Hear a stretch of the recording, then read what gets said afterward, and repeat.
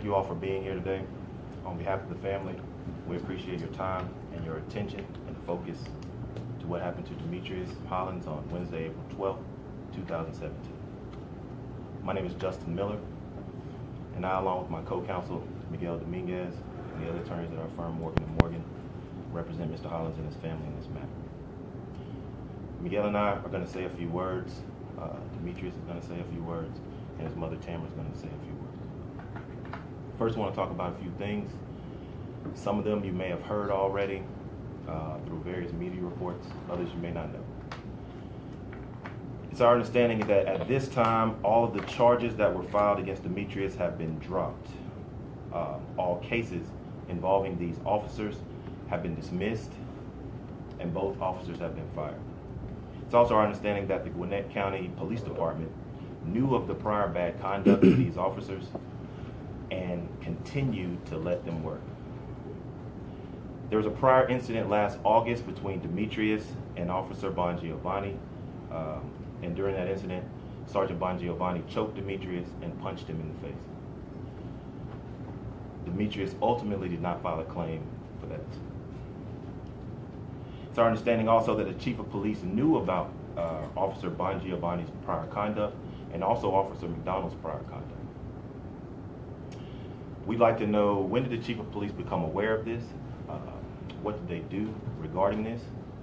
And did either of the officers suffer any kind of repercussions? We'd also like to know, if they were reprimanded, what is the purpose of the reprimands?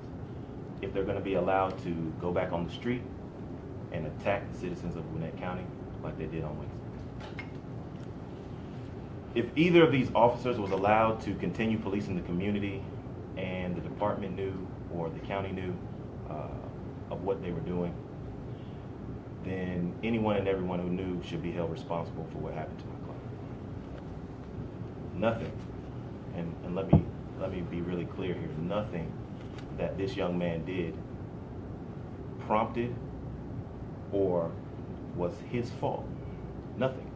None of the actions by the police officers warranted their vicious attack on Demetrius.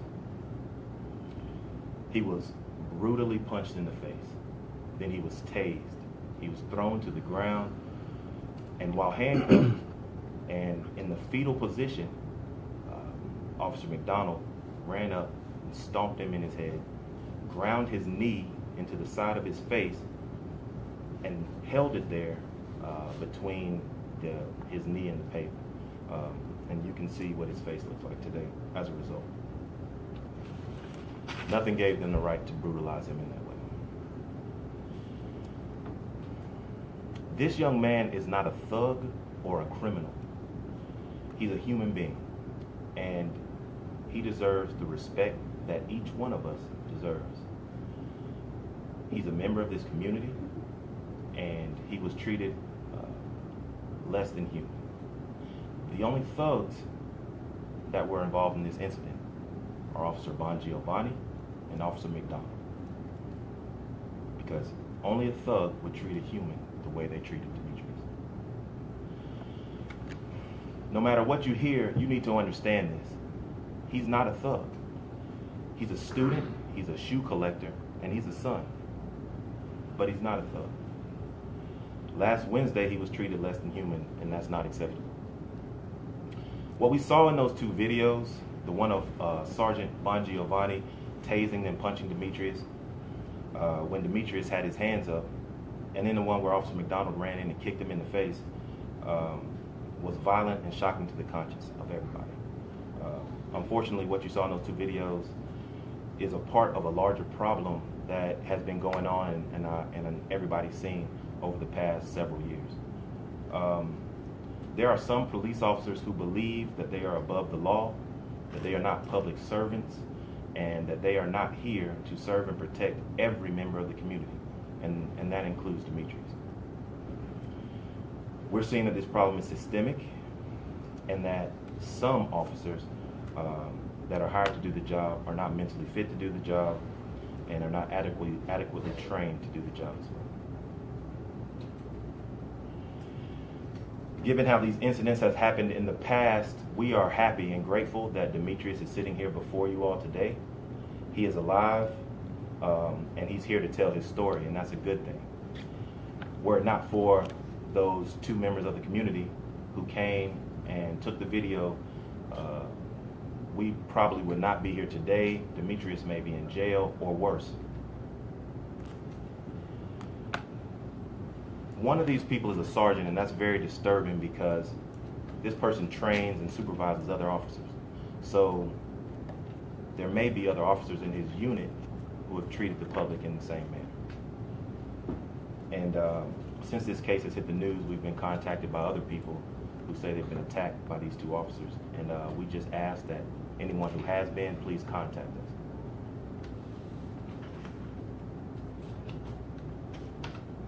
Furthermore, we'd ask that anyone who was present and may have seen this incident or taken a video of it or some other means of recording it, please contact us as well.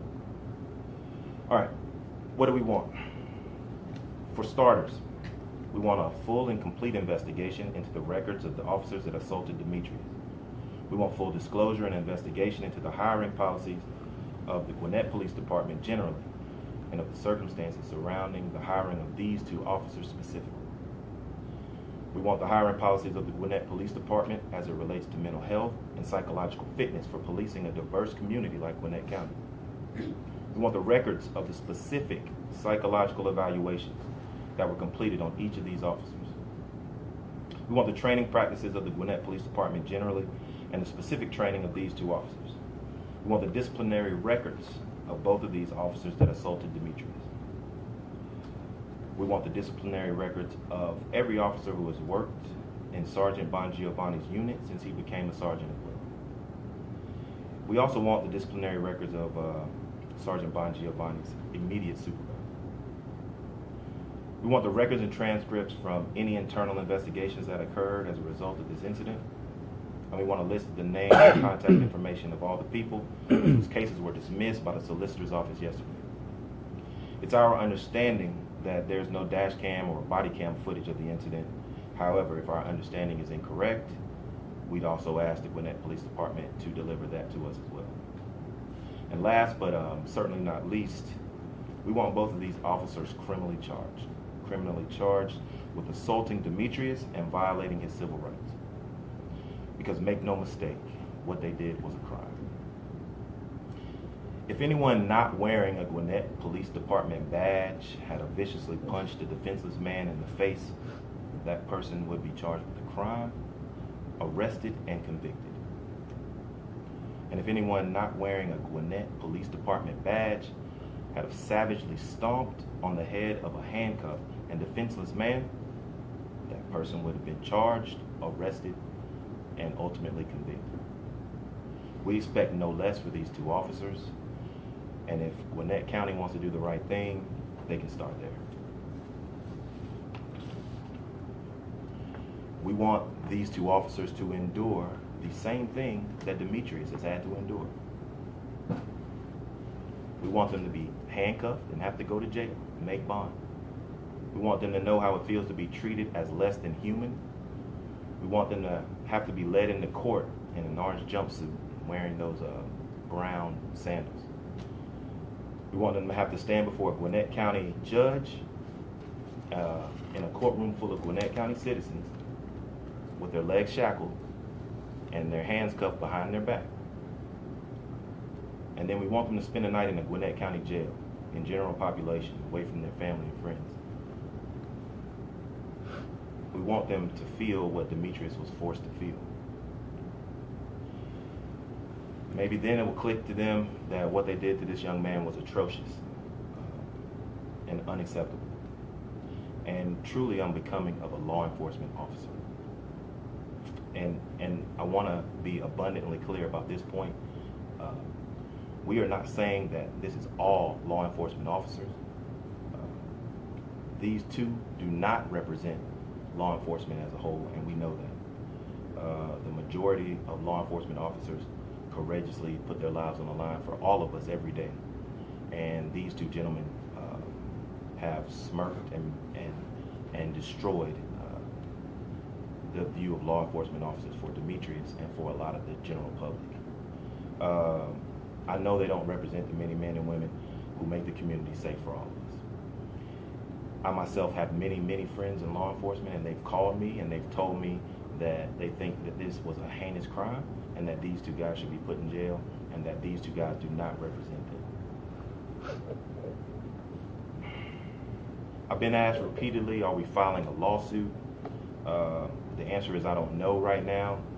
If we need to, we certainly will. However, we're waiting on the investigation to conclude, and once it's concluded, we'll make our decision at that time.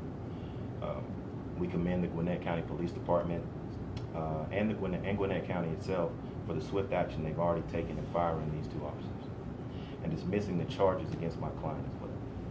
And we hope they continue to do the right thing and ultimately treat my client fairly. You know, it's a sad day with all of this public discourse surrounding excessive force by officers that we're going through this right now. I mean, it seems like every year, something else. And every time it gets worse and worse and worse. This conduct was indefensible. And it just saddens me that this young man had to go through that his family has to go through that, and that we're having to have this press conference today. Again, we appreciate what Gwinnett County PD has done so far in firing the officers, but that's not enough. I can't forget to express how deeply disturbed I am by the reports of the prior misconduct of both Officer Giovanni and Officer McDonald. This raises a lot of questions and concerns, but now we look forward to working with the Gwinnett County Police Department and Gwinnett County to find a path that addresses the wrong done to our client, and it helps to ensure that incidents like this don't continue to occur. Thank you. I'm going to let Demetrius say a few words.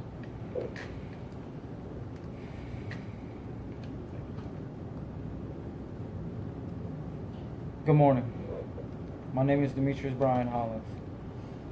I am 21 years old with a dream of career in film production. Like most young men my age, I'm working hard to build a future for myself, and in my spare time, I enjoy making funny videos with my friends. On Wednesday, April the 12th, 2017, Good Samaritans in my community took action and used their camera phones to capture the scariest moment of my life. There are no words to express my sincere gratitude to my community. The truth would have never came to light without these videos. No one would have believed that I did nothing to provoke an assault I suffered in the hands of these two Gwinnett County police officers. With these Good Samaritans, none of you will be standing here. Even now, there are still many people who see me as a criminal, not as a college student or as a son. On Wednesday, April the 12th, 2017, I was still punched, tased, kicked in the head, and incarcerated for no reason.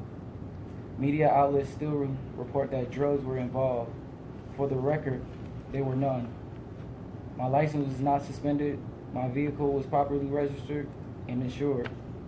I am a law-abiding citizen whose rights were repeatedly violated. And even if all that I said was true, that still doesn't give the officers the right to punch me in the face or stomp on my head. Since this attack, my life has changed overnight. I am more afraid, less trusted, and concerned that at any time this could happen again. It is difficult to sleep or eat. I look in the mirror, see my bruises, feel my headache, but through it all, I am happy that I'm still alive. My family thanks everyone for their love and support during this difficult time. Thank you, Demetrius. Demetrius' mother, Tamara Crenshaw, she'd like to say a few. Good morning. I would just like to reiterate on what my son had to say. I really appreciate and I'm very grateful for the persons that were brave and unselfish to provide the videos that were taken on that Wednesday afternoon. If it were not for you, I believe, and just like any other parent in my position would believe, that these two police officers would have gotten away with this. And my son would just be another young male bound to the system. With that being said, words cannot express the shock, anguish, hurt, disbelief, anger, distress, and outrage that this has brought to our family. This situation has traumatized all of us. For the past few nights, sleep deprivation has consumed me as a parent. And it's been very difficult for me to even get my head around this still. No parent should ever have to go through what I'm going through right now. It saddens me, even being here this morning, trying to keep my composure and express how this situation has left me and our family broken. I know that the two officers that did this to my son are now terminated from their positions, but that still does not justify the fact that they engaged such brutal force against my son. It has changed our lives and his lives forever. But I am grateful that he is still with us and he's able to tell his story. Thank you. Miguel Dominguez, our co-counsel, will say a few words. Thank you. Let's be clear. This case is more than just the brutality that has been endured by not only our client, Mr. Hollins, but those community members that have endured this same type of violence. This case is also about the need for all of us, not just the family of Mr. Hollins, but all of us who are a part of the human family, to begin the process of removing this cloak of public trust that law enforcement and those in these positions of power benefit from and are constantly enjoying the benefits of believability in these cases. 3 days ago, our client was not only beaten up, but he was incarcerated, even though he was a young man, unarmed, with his hands up, obviously surrendering to the power of the police officer who was approaching him. But then, on the word of these two officers who were in uniform, a uniform, by the way, that should stand for integrity, trust, and truth. On the word of those two officers has been challenged and has been not believed. And that's a problem that as a community we need to address, because this uniform, these badges are being used to not only lie and get the benefit of that trust, that public trust, but also to conceal these type of corrupt behaviors. And as has been stated already, but for the quick and brave moves of conscientious community members in these situations, they would have completely gotten away with this. Our client would have continued to be in jail. There would have been no media, no truth, and absolutely no justice in this situation. To further highlight the difficulty of the situation, as you can all recall, a couple of days ago when the first video surfaced, Officer Bongiovanni was almost being addressed as though he was some hero whistleblower. And it wasn't until the second video surfaced that the truth began to peek out. And that's a huge problem. It's a huge problem for young men like Mr. Hollins, who, once they're deemed by law enforcement as a suspect, lose complete credibility as a person. There's tremendous power in that, and that's something that needs to be addressed. The abuse of power that we're seeing by the police officers, by some police officers that police in our community, the lies that they're telling to cover up these behaviors, this case is a clear example of that. What it looks like and how difficult it is to get to the truth when our communities are being policed by individuals with less than the highest ethical and moral standards. It's time for all of us to join together as the human family, speak up against these injustices, and question what we're being told. And that's why we're here. So at this time, we're going to allow a few questions. Demetrius is not going to be answering questions. Neither is his mother. You can direct them here. We can start. Before I ask my questions, could I get Ms. Crenshaw and Mr. Dominguez to spell both of your names, please? Sure. Tamara, that's T as in Tom, A as in Apple, M as in Mary, A as in Apple, R as in Ride, A as in Apple. Crenshaw, C-R-E-N-S-H-A-W. Thank you. Is there a way Demetrius can say anything? I mean, I know he's given other interviews before about just, did he recognize the officer recognized him? Like, tell me about this August. So he was arrested, pulled over and arrested for similar traffic violations by Officer or Sergeant Bongiovanni in August. Sergeant at that time choked him and punched him. Demetrius went to file a report, and he never really made it. They kind of gave him the runaround when he got there. He never followed through with it.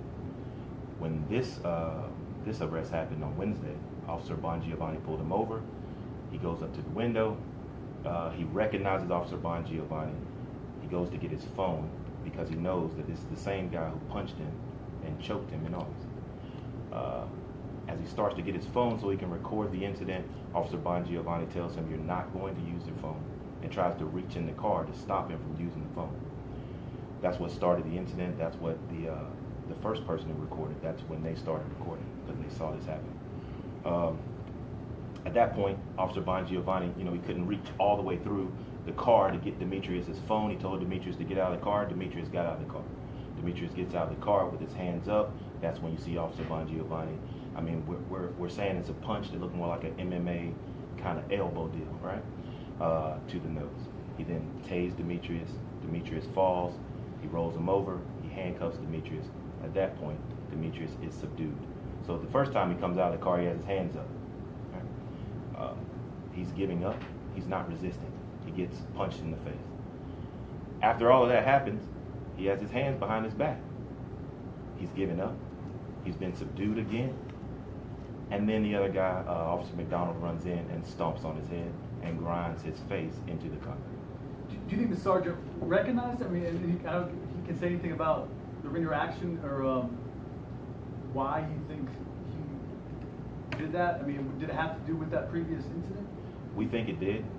We think the sergeant may have recognized his car. We don't know for a fact, of course, but we think he may have recognized his car. The previous incident happened around the same area. I don't know if he necessarily recognized Demetrius. He may have, but he sure treated him like a person he recognized and disliked very much. What was the reason stated for the pullover? Tag. Said his tag was expired, and Demetrius had his tags and they weren't expired. They were just inside the car because someone had stolen them off of his car before. Sir, you mentioned a list of questions that you want answered. Two questions related to that. How will you seek that information through the Georgia Open Records Act or discovery, although you haven't filed a case yet? And how will those answers influence your decision on whether or not to file a lawsuit? So we hope to work with the Gwinnett County Police Department and Gwinnett County and the solicitor's office, because some of those questions were directed at them, to get the answers to those questions. But if we don't, we'll be forced to file a lawsuit and we'll get them through the stuff. You mentioned these previous, or that maybe his superiors, the chief, knew about some of these other incidents, but supposedly the reporting I've read is that this sergeant was cleared of all these use of force incidents in the past. So what evidence you have that maybe that wasn't the case, that superiors knew he had lied before? We think they knew. Being cleared doesn't mean that you don't know that this guy is involved in all of these incidents. So we think they knew something, and we want to find out.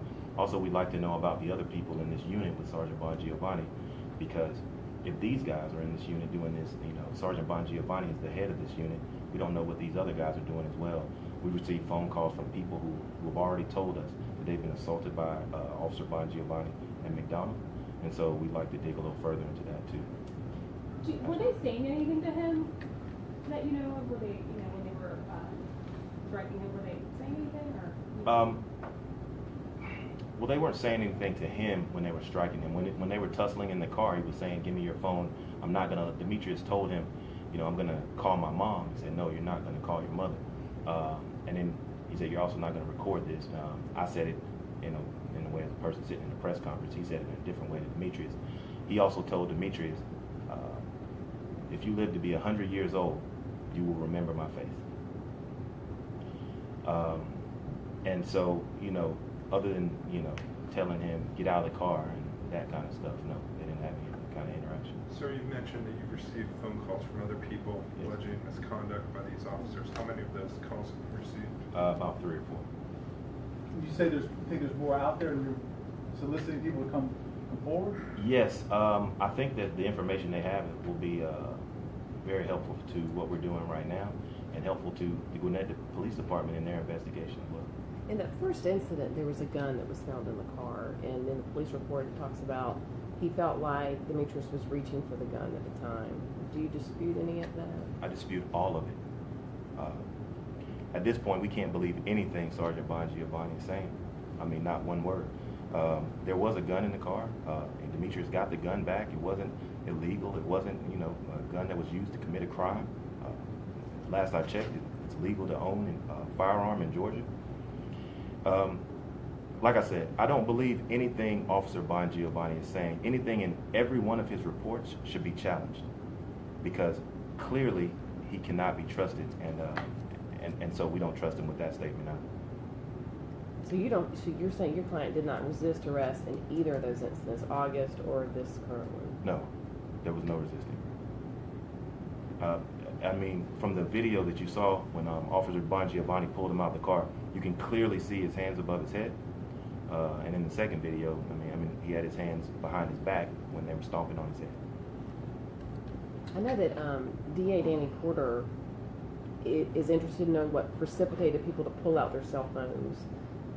Are you able to shed any light on that? I mean, there was at some point something going on that 2 people pulled their phones out. Sure. So the incident started, like I said before, with Officer Bongiovanni going up to the window.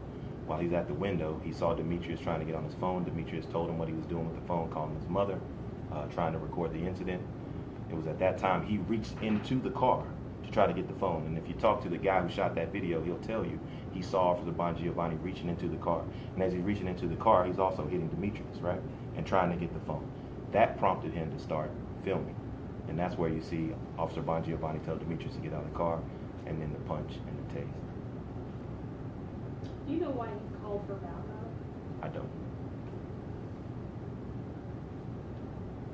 Any other questions? Thank you so much. I will answer your question. Miguel is Miguel. My last name Dominguez, Dominguez. Thank you. Demetrius, will Demetrius be returning back to school? What kind of challenges is he going to face coming back? He's going to try to get back in the flow of normal life.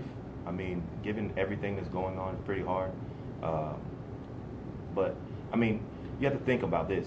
Demetrius is not unlike any other 21-year-old kid, He's riding around in his car. He collects sneakers. He goes to school. He wants to be a videographer, So imagine this happening to you one time, officer choking you and punching you, and then another time being pulled out of the car with your hands up and being brutally assaulted. And I mean brutally assaulted. I don't know if he's going to be ready to go back to school. I mean, he has a job as well. and he's not really able to do that right now either. It's a severe attack to somebody's psyche to have to go through something like that. What Sorry school if you did mentioned this, but what school? Georgia, what did you call it? Georgia Gwinnett College. Could you just tell me how you're feeling? You can tell me. Shocked and still traumatized that this happened to me, Physically? emotionally and physically. No, I mean, how are you feeling physically? We don't want to get into all this, Andrew. Thank you. Okay, one more question. Spell your name again, folks. Miguel's Miguel. Dominguez is Dominguez. I have one more question. I'll take the Last last question. Have you been in talks with the Gwinnett County Police Chief? Have they been? We haven't talked with them yet, but we're more than willing to talk to them. All right. Thank you. Thank you. You can touch the guy who recorded that first video? Yeah. Is his name Keith? Yeah. So you're trying to get your appreciation. He was watching the video this way. I want to get his name. Yeah. Somebody.